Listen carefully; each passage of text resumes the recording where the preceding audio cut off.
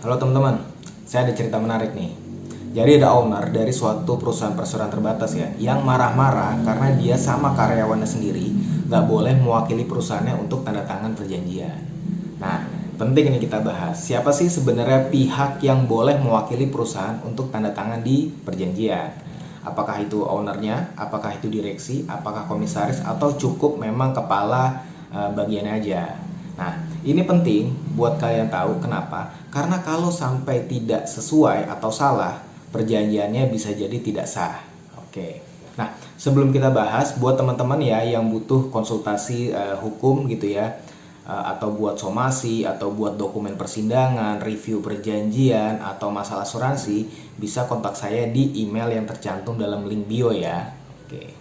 Oke, langsung nih kita bahas. Jadi intinya berdasarkan pasal 98 Undang-Undang Perseroan Terbatas ya, diatur bahwa direksi mewakili perseroan dalam pengadilan maupun di luar pengadilan.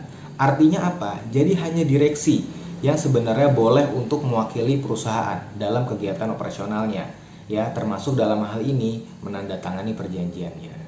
Nah, jadi kalau dalam kasus tadi ownernya itu hanya sebatas owner atau dia owner juga bertindak sebagai komisaris, jadi tetap direksi yang berwenang untuk mewakili perusahaan tersebut. Nah, selanjutnya mungkin ada pertanyaan nih dari teman-teman. Kok dalam kontrak kerja saya yang tanda tangan bukan direksi perusahaan saya ya, tapi hanya kepala HRD-nya misalnya. Nah, untuk kasus ini sebenarnya bisa saja terjadi selama ada surat kuasa dari direksi ke kepala HRD tersebut. Jadi baiknya untuk hal seperti ini kamu cek ada atau tidak surat kuasanya. Nah, sekarang apa nih akibatnya jika perjanjian tersebut ditandatangani oleh pihak yang tidak berwenang? Nah, maka perjanjian tersebut dapat tidak memenuhi salah satu syarat sahnya perjanjian, yaitu kecakapan pihak yang membuatnya.